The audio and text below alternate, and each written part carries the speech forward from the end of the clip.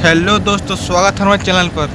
आज हम जानेंगे सिंगल फेस समरसेबल पंप की वायरिंग कैसे होती है। जो स्टार्टर होता है उसकी वायरिंग कैसे होती है आज हम समझेंगे। ओके, सबसे पहले जो सिंगल फेस हम लोग का होता है समरसेबल पंप के लिए स्टार्टर वायरिंग जो होते हैं उसका कौन कौन सा इक्विपमेंट मतलब कौन कौन सा पार्ट इसमें यूज हो रहा है, कौन सा इलेक्ट्रिकल कंपोनेंट्स इसमें यूज हो रहा है वो हम जानेंगे। ओके, सबसे पहले नीचे आप देख सकते हैं ये 5 पोल मतलब 5 पोल की इसमें एक टर्मिनल हमने इसमें यूज़ किया हुआ है। ओके, उसके बाद एक एमसी मैंने यूज में लिया है और ये एक मीटर है जिसको एमीटर मीटर बोलते हैं या एम्स मीटर बोलते हैं। ओके, दूसरी ये हम लोग एक स्विच लिया हुआ है। ये देखिए छोटी वाली स्विच लिया हुआ है। इस स्विच का काम क्या है कि हम लोग का जो वोल्ट मीटर होता है ये वोल्ट मीटर है। ओके, जब वोल्ट मीटर हम लोग का जब वोल्ट चेक करने होता है हम लोग का कितना वोल्ट है या 230 सिंगल पे 230 वोल्ट 220 वोल्ट होता है, उस कंडीशन में आएंगे स्विच को। ये स्विच जो है हम लोग प्रेस करके कितना वोल्ट उठा रहा है यानी कि लोड कितना है यानी कि वोल्ट कितना है वो हम चेक कर सकते हैं। हम लोग मेन लाइन में कितना वोल्ट आ रहा है वो हम इसमें चेक कर सकते हैं। ओके, उसके बाद जानते हैं नीचे थोड़ा आते हैं। ये हम लोग का एक पुश बटन है। ये देखिए हम यहाँ का पुश बटन है। यह इससे हम क्या इस जो पंप है पंप को हम स्टार्ट करेंगे। ये स्टार्ट पुश बटन है। ओके, ये जो आप दो देख रहे हैं ये कैपेसिटर है। ये जो दो देख रहे हैं ये कैपेसिटर है। एक स्टार्टिंग कैपेसिटर है, एक रनिंग कैपेसिटर है। ओके, इसके बारे में पूरा बताऊँगा कैसे वायरिंग होती है, क्या होती है, नहीं होती है, पूरा आपको डिस्कस करूँगा। ओके, बहुत ही ईजी है। ये हो गया हम लोग का पंप, ये हो गया हम लोग का समरसेबल पंप।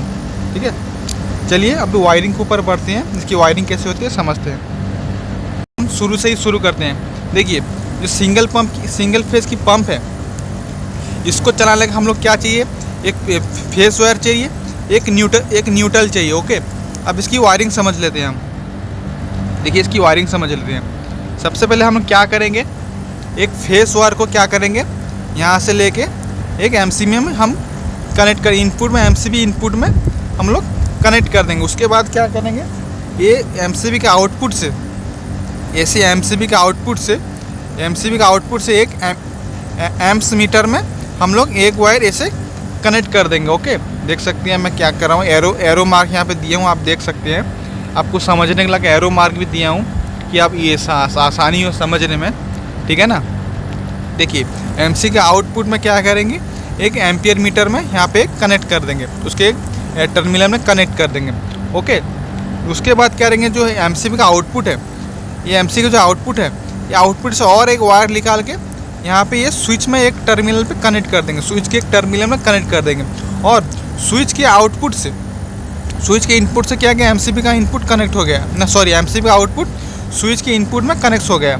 ठीक है ना। और स्विच के आउटपुट से एक वोल्ट मीटर में इसे कनेक्शन कर लेंगे। वोल्ट मीटर को क्या चलाने के लिए क्या चाहिए, एक फेस और न्यूट्रल चाहिए। वोल्ट मीटर को देखने के लिए उसका वोल्ट कितना आ रहा है उसके लिए क्या चाहिए, हम लोग को एक फेस चाहिए और एक न्यूट्रल चाहिए। उसके लिए क्या करेंगे हम, यहाँ से देखिए यहाँ जो न्यूट्रल लाइन है आप देख सकते हैं, यहाँ जो न्यूट्रल लाइन है यहाँ से एक न्यूट्रल लेके इस तरह से एक वोल्ट मीटर में हम लोग एक कनेक्शन कर देंगे। ओके, आई होप आपको समझ आ गया।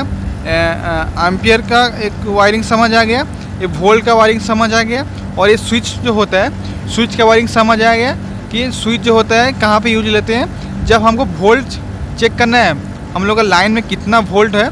इस स्विच को जब हम प्रेस करेंगे तो वोल्ट का कांटा क्या है कि ऊपर उठेगा। ठीक है ना, वोल्ट का कांटा ऊपर उठेगा, तब हम पता कर सकते हैं कि हम लोग का जो लाइन है, जो हम लोग का सप्लाई है वो उसमें कितना वोल्ट आ रहा है, सप्लाई कितना वोल्ट का आ रहा है, या 220 का आ रहा है कि 230 का आ रहा है या 200 का आ रहा है। ठीक है ना, उसी हिसाब से हमको जो पंप है उसको रनिंग करना है।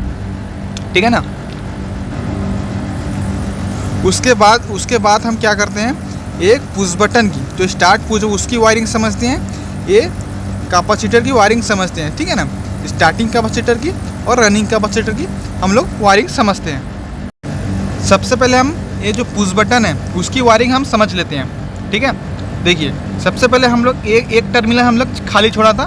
देखिए जो एम्पियर मीटर है हम लोग का एम्प्स मीटर है, उसका आउटपुट इनपुट तो हम लोग यहाँ से दे दिया, इसका आउटपुट क्या करेंगे, इसके आउटपुट से एक वायर निकालेंगे ऐसे करके एक पुश बटन में हम देंगे, ठीक है ना। पुश बटन के इनपुट में हम देंगे और आउटपुट जो वायर निकलेगा, ठीक है ना, जो पुश बटन है जो हम लोग स्टार्ट के लिए यूज करते हैं, जो पुश बटन, उसका जो आउटपुट निकलेगा ये एक कैपेसिटर में जाएगा, जो स्टार्टिंग कैपेसिटर है उसमें जाएगा। ऐसे देखिए एक स्टार्टिंग कैपेसिटर में एक इसके जो एक लीड है, जो एक कैपेसिटर की 2 लीड होती हैं, ऐसे 2 लीड होते हैं। ओके, एक लीड में क्या करेंगे, जो एम्पेयर मीटर से एक जो वायर आएगा ऐसे होके पुश बटन से इनपुट होके पुश बटन आउटपुट होके कैपेसिटर के एक लीड में ऐसे जाएगा, एक वायर में मतलब जाएगा, ठीक है।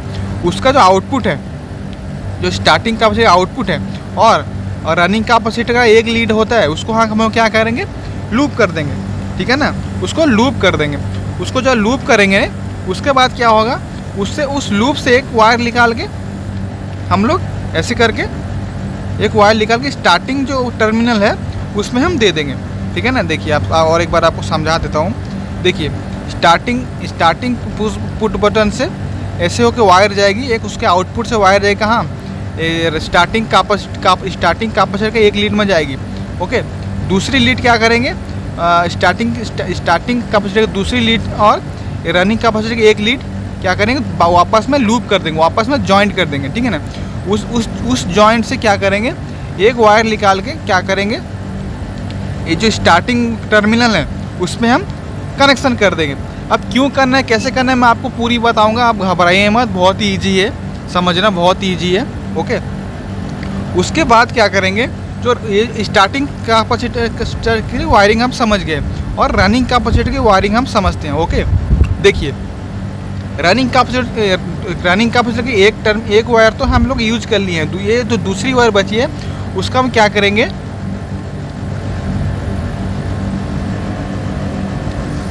देखिए रनिंग कैपेसिटर के वायरिंग लग हम लोग क्या करेंगे, जो देखिए यहाँ पे जो पुश बटन को एक सप्लाई गया, तो यहाँ पे जो पुश बटन को सप्लाई गया हुआ है, ओके, उसी पुश बटन के इनपुट से एक हम लोग सप्लाई निकालेंगे, ठीक है ना।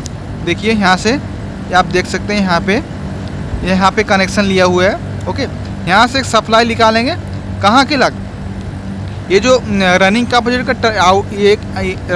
का एक लीड बचा हुआ है, एक वायर बचा हुआ है, उस पर हम लोग इस तरीके से कनेक्शन कर देंगे, ठीक है। आप देख रहे हैं इस तरीके से एक रनिंग कैपेसिटर का एक लीड लेंगे और इसके जो इनपुट से, जो पुश बटन के इनपुट से ऐसे करके एक वायर लेंगे और दोनों को इस तरीके से जॉइंट कर देंगे, कहाँ, रनिंग टर्मिनल जहाँ पे है, ये देखिए रनिंग टर्मिनल है, वहाँ पे ये जॉइंट कर देंगे, वहाँ पे इस टर्मिनल में मतलब फिक्स कर देंगे, ठीक है ना।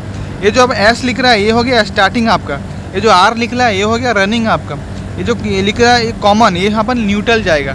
तो कॉमन आपको दिख रहा है, यहाँ पर जो कॉमन दिख रहा है ये यहाँ पर न्यूट्रल जाएगा। ओके, अभी हम कॉमन सप्लाई की वायरिंग को हम समझ लेते हैं। देखिए ये जो कॉमन है इसमें क्या है, न्यूट्रल जाएगा। न्यूट्रल कहाँ से लेंगे, ये जो न्यूट्रल है, देखिए यहाँ पे न्यूट्रल है, यहाँ पे देखिए मैंने लूप ये करके यहाँ पे न्यूट्रल दिया हुआ है। ओके, यहाँ से हम लूप करके यहाँ पे न्यूट्रल दिया हुआ है, यानी कि जो कॉमन है यहाँ पे न्यूट्रल आएगा, जो स्टार्टिंग है वो यहाँ पे आएगा, जो रनिंग है वो यहाँ पे आएगा, ठीक है ना।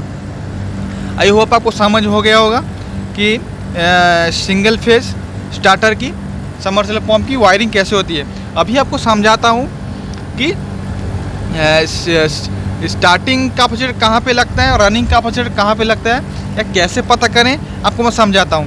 देखिए जो बड़ी कैपेसिटर होगी, जो साइज़ में बड़ी होगी, या उसकी जो उसकी वैल्यू जो होगी, जो उसकी जो वैल्यू होती है, कैपेसिटर की एक वैल्यू होती है, ठीक है ना, जो वैल्यू होती है वो बड़ी होगी, तो उस मतलब वैल्यू अगर ज़्यादा होगा तो समझ लीजिए वो स्टार्टिंग कैपेसिटर है।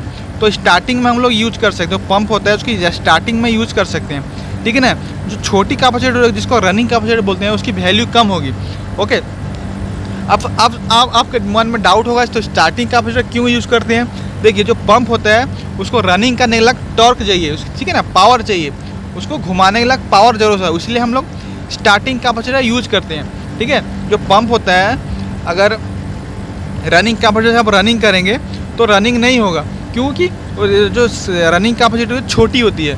जो पंप होता है उसको चलाने के लिए हम लोग के बड़ी कैपेसिटर यूज करते हैं, जिसको हम स्टार्टिंग कैपेसिटर बोलते हैं। उसके लिए क्या करते हैं हम लोग, उसको टॉर्क देते हैं या पावर देते हैं।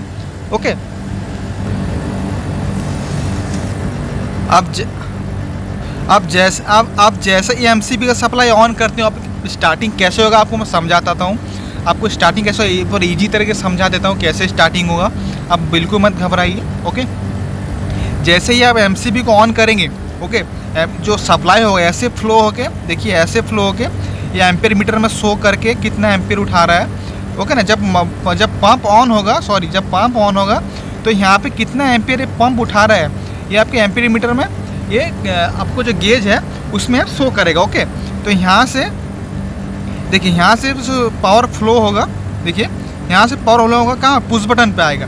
ठीक है ना, पुश बटन पे, जब पुश बटन क्या है कि ये स्टार्टिंग कैपेसिटर लगा हम लोग यूज करते हैं। ठीक है ना, देखिए यहाँ पे स्टार्टिंग का जो स्टार्टिंग पुश बटन है, जो पुश बटन है जिसको स्टार्ट पंप के स्टार्ट यूज कर, देखिए जब भी आप प्रेस करेंगे, पुश बटन पर प्रेस करेंगे तो स्टार्टिंग कैपेसिटर से ये पंप क्या है कि स्टार्ट हो जाएगा। ओके, पंप क्या है कि स्टार्ट हो जाएगा।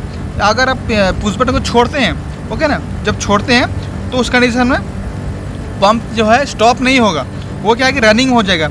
एक बार पंप को क्या है कि एक बार स्टार्ट करने की ज़रूरत होता है, एक बार मतलब टॉर्क देने की ज़रूरत होता है, एक बार देने से हो जाएगा।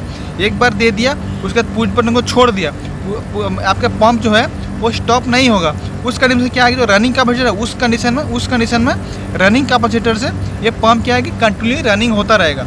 ठीक है ना, आई होप आपको समझ आ गया मैं क्या कहना चाहता हूँ। देखिए आपका जो पंप है, जो इस पंप को क्या है कि स्टार्ट करने लग सिर्फ स्टार्टिंग कैपेसिटर का ज़रूरत होता है, यानी कि टॉर्क देने लग सिर्फ स्टार्टिंग कैपेसिटर का ज़रूरत होता है। ठीक है ना, आपको जो रनिंग कैपेसिटर है, ये आपको जो पंप है उसको रनिंग करने के लग हम लोग रनिंग कैपेसिटर का यूज लेते हैं। एक बार आप पुश बटन को प्रेस किया, यहाँ से स्टार्टिंग कैपेसिटर क्या है कि पंप जो है उसको स्टार्ट कर देगा, यानी टर्क दे देगा, घुमा देगा, थोड़ा सा हल्का झटका देकर घुमा देगा। उसके बाद क्या होगा, यहाँ से देखिए कंटिन्यू सप्लाई इसको रनिंग कैपेसिटर को आ रही है। देखिए आप देखिए यहाँ से कंटिन्यू सप्लाई रनिंग कैपेसिटर पर आ रही है। ठीक है ना, एक बार पंप क्या है कि घूमने के बाद अगर आप इसको आप मतलब पुश बटन को आप स्टॉप भी कर दिया, छोड़ दे तो स्टॉप हो जाएगा। ओके, उसके बाद क्या है कि रनिंग कैपेसिटर से कंटिन्यू जो पंप है ये रनिंग होता रहेगा जब तक आप एमसीबी को ऑफ़ ना कर दें। ठीक है ना, जब तक आप एमसीबी को ऑफ़ ना कर दें ये पंप चालू रहेगा। आप एमसीबी से ऑपरेट ऑन ऑफ कर सकते हैं और स्टार्टिंग के लग या आप स्टार्टिंग पुश बटन को आप यूज में ले सकते हैं। आई होप आपको समझ आ गया। सिंगल फेस समरसेबल पंप का स्टार्टर वायरिंग आपको समझ आ गया होगा।